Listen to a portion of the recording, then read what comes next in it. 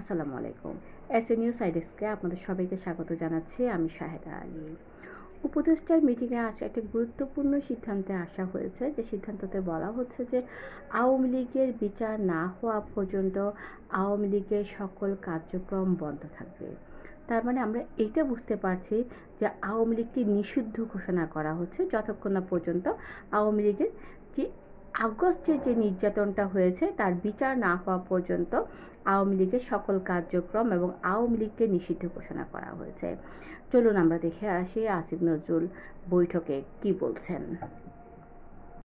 আজকে উপদেষ্টা পরিষদের মিটিংয়ে আমাদের গুরুত্বপূর্ণ তিনটা সিদ্ধান্ত হয়েছে। আমি এই রিড আউট করবো, এটা রিড আউট করার পরে আপনার সিদ্ধান্তগুলো জানতে পারবেন।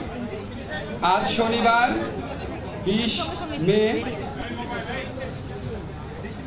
2000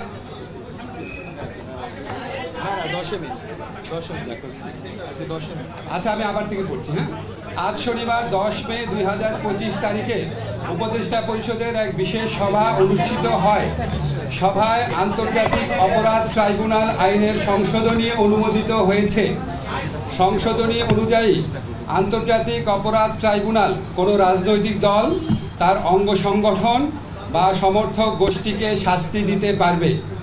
উপদেষ্টা পরিষদের বৈঠকে আন্তর্জাতিক অপরাধ ট্রাইব্যুনালে বাংলাদেশের আওয়ামী লীগ ও তার নেতাদের বিচার কার্য সম্পন্ন না হওয়া পর্যন্ত দেশের নিরাপত্তা ও সার্বভৌমত্ব রক্ষা, জুলাই আন্দোলনের নেতাকর্মীদের নিরাপত্তা এবং আন্তর্জাতিক অপরাধ ট্রাইব্যুনালের বাদী ও সাক্ষীদের সুরক্ষার জন্য সন্ত্রাস বিরোধী আইনের অধীনে সাইবার স্পেস সহ আওয়ামী লীগের যাবতীয় কার্যক্রম নিষিদ্ধ করার সিদ্ধান্ত গ্রহণ করা হয়েছে।